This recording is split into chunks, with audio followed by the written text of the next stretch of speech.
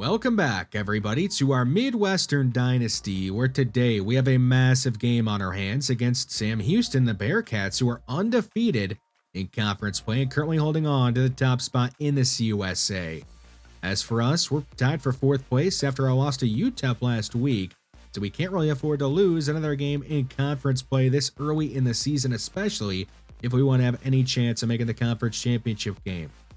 The quarterback for the Bearcats is DJ Bailey, who has tossed 17 touchdowns to just 6 interceptions and has thrown 7 touchdown passes in Sam Houston's last 2 games, so he's playing really well. He's got a wide receiver in Josiah Rockwell, who has 7 touchdowns this year and just had a great game, earning himself CUSA Offensive Player of the Week honors. Having said all that, the biggest concern I actually have with the Sam Houston offense is our own defense and how bad we have been at stopping the run this year. We have allowed 155 yards per game on the ground, the 3rd most in all of college football. So our run defense has to step up here today and do better than what they have done all year, because Sam Houston, they got 2 running backs that average over 4 yards per carry. And on top of that, the good playmakers they have at wide receiver and a quarterback that's playing really well. So if we're getting ran all over on defense, we're not going to stand much of a chance. The Sam Houston defense, it's not great up front, but they have an amazing secondary. They have 4 cornerbacks that are all 80+ overalls and are just fantastic athletes. So our pass offense, it's been struggling all year. It is in for a really difficult challenge. We need to see if Forrest Fry is going to be able to step up and deliver the type of performance he delivered as a true freshman, because as a sophomore, he has not been good. And it even has us thinking about potentially making a switch at quarterback. So we need him to have a big day, but also our playmakers and our offensive line, they have to help him out. Midwestern facing a quick 3rd down. They'll go to the air to try and pick it up, and it'll be incomplete. The pass was late from Fry to Bromell, and he took a big hit because of it and was unable to hang on. Sam Houston at their own 32 on a 3rd and 13. DJ Bailey, he's going to go for it all, going deep down the field for Lonnie Adkins. He can't bring it in. He got his hands on it, but Josh Wood is able to prevent the big play, and it'll be a quick 3-and-out for them as well. Midwestern at their own 30. Fry is going to be hitting the ball, comes out, they're going to run incomplete, luckily for Midwestern, but either way, it's another quick possession for the Horned Owls. The Bearcats at their 26. Here is pressure on the way, it's going to get there, but Bailey, he's going to survive the hit and take off, getting a 1st down, spinning off a mince, and he'll slide down at midfield, a gain of 24. The sophomore quarterback out of Texas. At the 30 of the Horned Owls, the Bearcats, they're going to go back to the air, and the pass is going to be caught by Josiah Rockwell, who's out of bounds at the 10-yard line. The 2 tight ends set on 2nd and 10. Bailey has moved off his spot. He's got a man open. It is caught by Kyle Bruce, and he can't get across the goal line. They're going to say he went down at the 1. 3rd and short at the 1. Bailey, quick left side to the end zone, and it's caught by Lonnie Adkins. The redshirt junior Neely had a big play earlier. He'll get a touchdown here, his 4th of the season, and Sam Houston, they have the lead, 7-0 in the 1st quarter. Midwestern trying to get this offense going, pressure on Fry. He's going to be strip sacked by Jaden Scott. Fry is able to dive on it, but Midwestern not doing anything on offense in the early going. Back to pass is DJ Bailey. He's under pressure, and he's going to be sacked by Minson Roundtree as the Midwestern defense is getting the ball right back to this offense. It has to get going at some point. Devin Gentry on the return. He's going to spin out a defender and go down near midfield. So Midwestern with their best starting field position of the game so far. Fry is going to throw right away. Quick left side to Bromell on his screen. He gets a block from Barr. Stiff arms a defender. And Gabriel Bromell is down the 25-yard line of the Bearcats. On a 3rd and 11.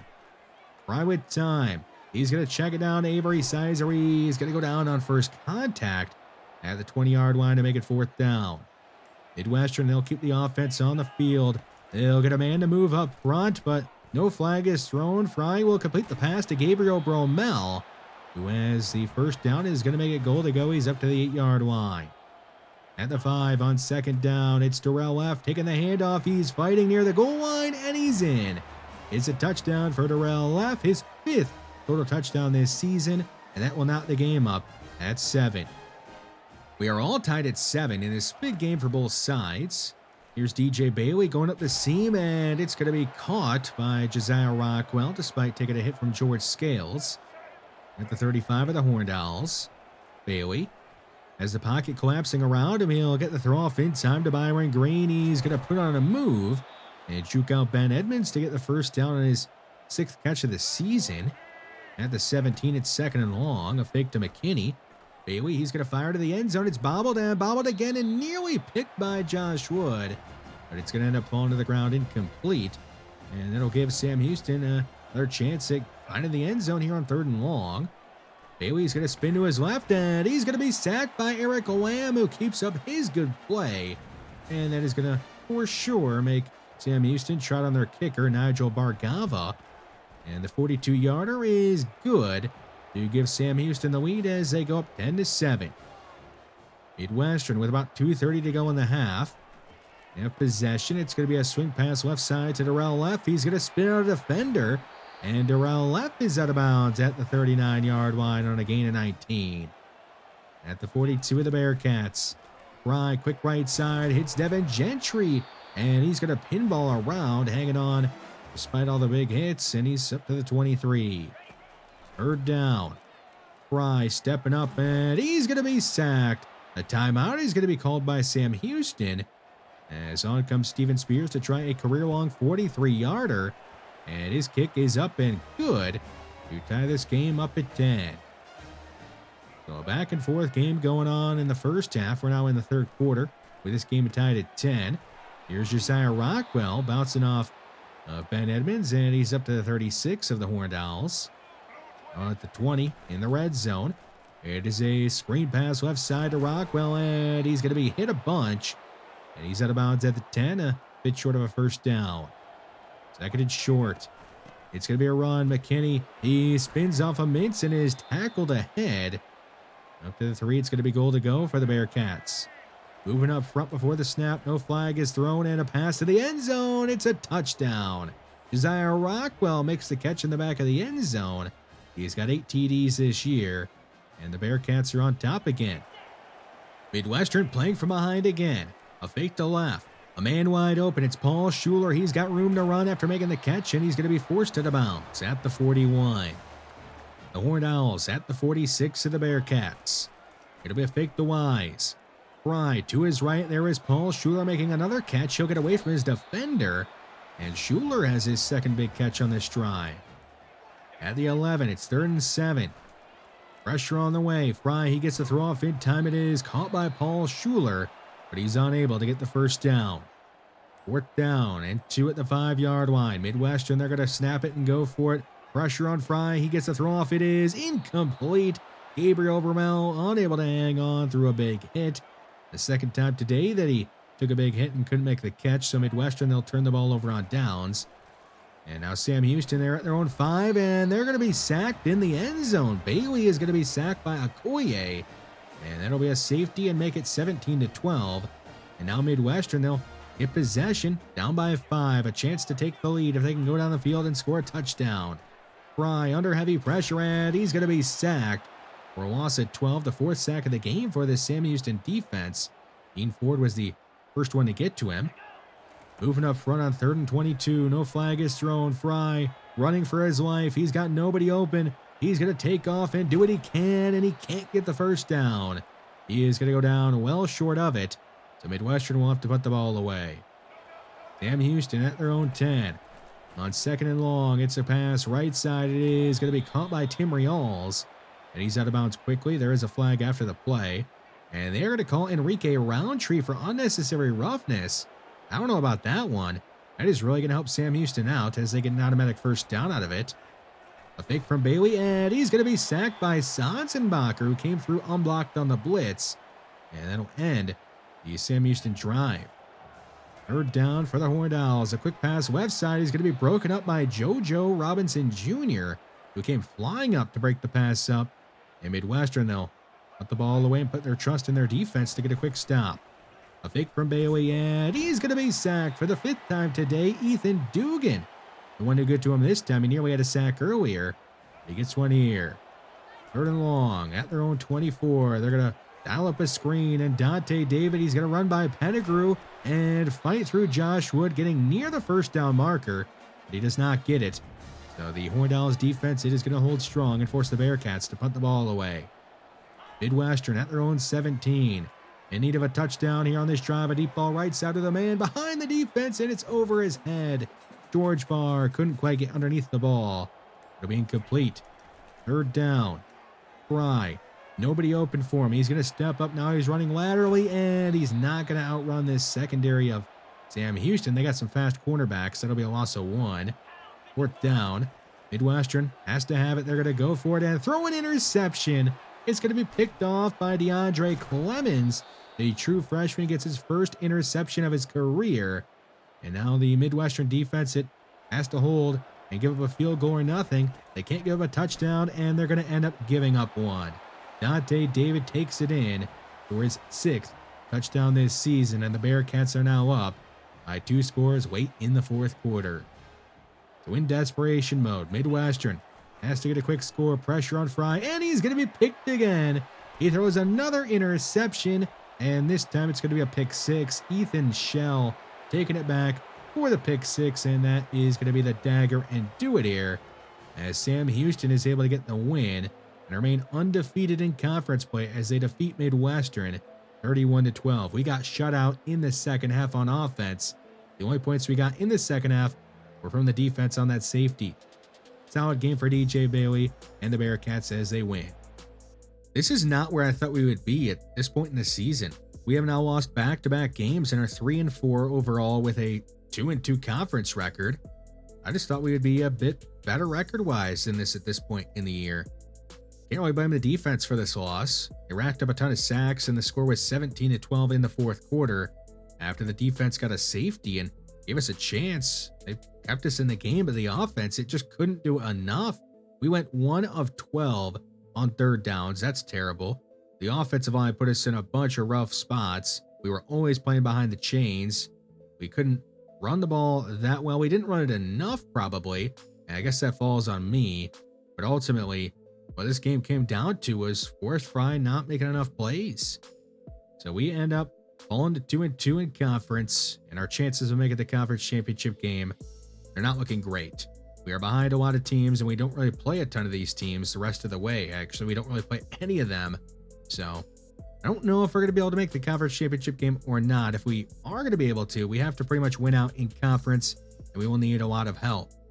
We are going to be making a change at quarterback. I think we have seen enough of Forrest Fry for now this year. He just hasn't been able to get the job done. He has not put together a single game that I would say has been great this year.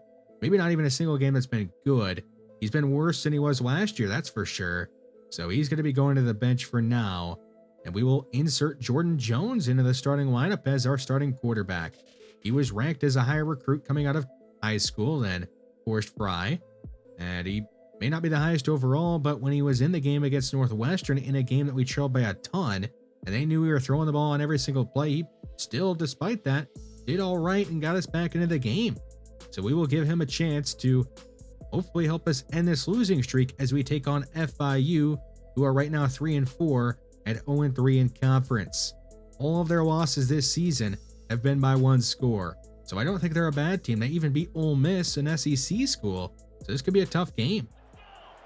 As if this offense wasn't already dealing with enough making the change at quarterback, they now have to play in a bad weather game. Here is Jordan Jones rolling back and taking a disaster of a sack on his first set of downs as our starting quarterback. So we end up punting the ball away to FIU, who take over near midfield, and a sack for Eric Lamb. He came screaming off the edge, and he'll drill T1 Jenkins, the senior quarterback. An empty set for the Panthers on 3rd and 15. Jenkins, he's going to spin around trying to get away from Eric Lamb, and he can't do it. Eric Lamb has another sack, his second on that set of downs and on the drive, as he continues to be a menace for opposing offenses and just a problem for them to deal with. The deep ball left side is going to be reeled in by Bromell on the sideline for a gain of 22. Now at the 13, it's 3rd down. Jones with enough time to throw a pass over the middle to Bromell, who can't bring it in. And I'll make it 4th down, so on trots, of course, Steven Spears, our kicker, to try a 30-yarder. And he's going to make the kick despite the bad weather, and we have a lead. So a 3-0 game here in the first quarter. FIU trying to set up a screen on 3rd and 14, and another sack for this Midwestern defense in the early going. Andre Okoye able to get to P1 Jenkins and force a quick punt from FIU. Terrell left is going to run inside, and he's got a gain of 13, taking it from the 27 up to the 40-yard line.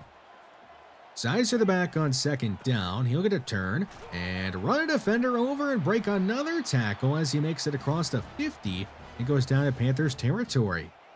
At the 33, Jones back to pass. He's going to hit Nick Shields, who gets a block from Sizer, and Shields is out of bounds at the 10-yard line, making it goal to go for the Horned Owls.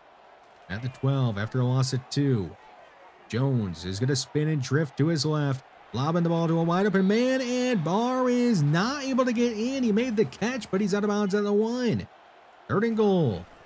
It is going to be Sizer trying the middle, and he's going to be denied. He'll lose a yard and make it 4th down. But Midwestern, they'll keep the offense on the field, being aggressive. It's a fake. Jones has nobody open. He's way back past the 20. It'll be a sack and loss of 21. Another disastrous sack taken by Jones. And we will turn the ball over on downs. For the Panthers, they get a goal line stand and are on offense, only down by 3. A pass is going to be caught on the right side by Kyle McNeil, the redshirt junior, as a big gain is down to 36 of the Horned Owls. Now the 23 of Midwestern, FIU, they're going to go back to the air, and here is a pass caught by McCowan, and he's not quite able to get into the end zone, but he does make it goal to go at the 1. 1st and goal, a power look, and a walk-in touchdown for Daxton Lamont. The redshirt sophomore has his first touchdown of his college career, and the Panthers, they have a 7-3 lead, and momentum on their side after getting that goal line stand and going down the field and scoring. And Jones and Midwestern retake the lead late in the half. Here is Darrell Laff spinning out a couple of Panthers defenders as he makes his way across midfield. Jordan Jones and Midwestern facing 3rd and long. He's going to throw over the middle and misses intended target and Paul Schuler. There is a flag on the play. And it's going to go against FIU. A pass interference penalty will bail us out and keep this drive alive. Later on the drive, it's goal to go at the 4, but with under 10 seconds to go in the half, you got to be careful. Jones into a bunch of traffic, and Joey Hammer will come out with the ball and a touchdown, his first of the season, as Midwestern steals the lead at the end of the first half and makes it 10-7. Here in the 3rd quarter, it's 3rd and 7 for the Horned Owls, who are on offense. Jones spinning to his left. He's going to throw it at the last second and hit Devin Gentry, who's going to stay in bounds. He got left all alone for whatever reason, and he's finally going to go down inside the 30 of the Panthers with a massive gain. The true freshman sparking the offense. Going to be a toss left side to Avery Sizer. He's trying to get to the edge. He is going to run a defender over and go out of bounds. And there is a flag at the end of the play here. It is going to be an unnecessary roughness call. We have seen this now called in back-to-back games and been kind of questionable, but we end up taking the penalty and accepting it. It'll help us out. Jones on 3rd and goal is going to make a throw on the move to Gabriel Bromell, who now has 6 touchdowns this season, as Jordan Jones has his 2nd touchdown pass today, and we have a 2-score lead in the 3rd quarter. FIU near midfield, a fake to Patterson. Jenkins, he's going to go over the middle, and the pass will be caught by Juju Lewis, the senior wide receiver. And he's inside the 30. The drive would eventually stall out, and FIU, they would settle for a short field goal, and Alex Lane would knock home the 23-yarder to make it a 1-score game. So here we are in the 3rd quarter, up by a touchdown. It is going to be a run to the right side. Avery Sizer, he is going to try and make some people miss, but FIU is not falling for that. Still a big run for Avery Sizer. 3rd and short. It is going to be a toss to Sizer. He gets a block, and he's able to get to the edge, and he's going to go down near the 20. We will mark him down at the 20 as we are getting this ground game going here in the 2nd half. Darrell left side. He's trying to get to the corner, and he's able to turn it, and Darrell is gone. A 20-yard touchdown run for Darrell, his 6th touchdown this season, as Midwestern is back up by 2 scores. Here, late in the 3rd quarter, making it 24-10. The Panthers are trying to make this a 1-score game again. Here is Patterson running into Mintz, who makes a nice one-on-one tackle Make it 4th down. Force FIU, they're going to go for it on 4th and short from midfield. They'll run it out to shotgun, and it's not going to work. Ethan Dugan will get a TFL and force a turnover on downs, and we are going to take over near midfield and drive down the field, getting the ball to the 8-yard line. On 3rd down, Jones, he's going to throw over the middle and hit Nick Shields on a slant for his 3rd touchdown pass of the game, and we are going to go up by 3 scores in the 4th quarter and make this a 31-10 game. FIU, they are in desperation mode. Big from Jenkins, he's going to be hammered by Eric Lamb, somehow staying on his feet. Eventually, he's going to go to the ground as Okoye brings him down. They do give Eric Lamb half a sack for that play. 3rd and long with already under 5 minutes to go in the 4th quarter. Kewan Jenkins can't get the throw off. He's going to be sacked by Alex Kane. The true freshman edge rusher gets his first sack of his college career. 4th and 20. Have to have it here. If you're FIU, they're going to go deep down the field into double coverage, and the pass will be incomplete. And be a turnover on downs. Another one forced by this Midwestern defense that has played a great game. We would add a field goal and make it 34-10. FIU back on offense, and another sack for Eric Lamb. And as a team, we are now up to 8 sacks in this game. Just a dominant performance by our defense. That was a holding call that we just declined. So the sack, it did stand. On 2nd and 16, a deep ball is going to be caught by McCowan. He's going to shake off a couple of owls and go 44 yards to the end zone for a touchdown, but it's going to be too little, too late for FIU as they end up losing 34-16. They did fail a 2-point conversion, so we end up winning this one and bouncing back after losing back-to-back conference games. It was a solid showing out of Jordan Jones, who tossed 3 touchdowns in his first start of his college career despite playing in some bad weather. So the defense, it really did a number on Kewan Jenkins. We racked up 8 sacks, a monster performance by Eric Lamb. Andre Okoye was also really good. Ethan Dugan had a couple of TFLs and forced a turnover on downs with one of them. Josh Wood was making some plays down the field and racking up a ton of tackles as he usually does. We didn't really ask Jordan Jones to go out there and do anything crazy. He just had to go out there and take what the defense was giving him and also not make any critical back-breaking mistakes and turn the ball over a ton. Would have been okay with a turnover, but he didn't turn over a single time and had 3 touchdown passes. It sure helps out when your ground game is so good. We racked up 199 yards between Sizer and Weff on 34 carries. That'll help out any young quarterback, and so will the play of a defense like we had today. Eric Lamb, 6 TFLs and 3 sacks. He was an absolute game wrecker, winning himself another Conference Defensive Player of the Week award and National Defensive Player of the Week award. He has been a destroyer, a game wrecker in 2 of our last 4 games. Hopefully he's able to keep it up because it's been really fun to watch. And Jordan Jones, we're probably not going to be asking him to do a ton the entire season. We're just going to be mostly asking him to take what's there, take what's available, and keep us out of the chains and allow the ground game to do a lot of the heavy lifting, especially when we have 2 good running backs in Sizer and Weff that can carry the load like they did in this last game. We have another commitment. It's Darrell Lamar, a guard out of Georgia at 6'5", 290. He's a top 500 player in this entire recruiting class who has 90 strength, 66 awareness, and 69 run blocking. The finesse blocking is pretty good. Probably has to work on the pass blocking and his power blocking. Likely is going to be redshirted. Alexander Folk is a cornerback out of Florida who is a zone corner. He's got 74 zone, good speed, 70 play rec, and 90 excel. Really glad about getting this commit. He's a gem, so hopefully the dev trait is pretty good with him. We are now up to 8 commits in this recruiting cycle and ranked 15th in terms of recruiting class rankings, so we're doing pretty well when it comes to recruiting. How about Charlotte? They're 8-0 and up to number 5 in the nation. They look to be well on their way to making the college football playoffs. We did allow Dean Ford to win the Conference Defensive Player of the Week award against us when we played Sam Houston, but at least we do end up winning the Conference and National Defensive Player of the Week awards the very next week, thanks to Eric Lamb having an absolute monster performance. They don't even show us TFLs. He had 6 of them, remember? So here we sit at 4-4 in the season, 3-2 in conference, and we still have a chance to make the conference championship game, but we have to keep on winning, and we're going to need some help. But we'll do what we can. We'll see if we can beat Western Kentucky in our next episode, who is in a very similar spot to what we are. We'll see if we can beat them and get above 500. If you guys are enjoying this series, let me know down below in the comments section. Like this video to help this series out. Subscribe to the channel if you have not already. Thanks for watching, and I will see you in the next one.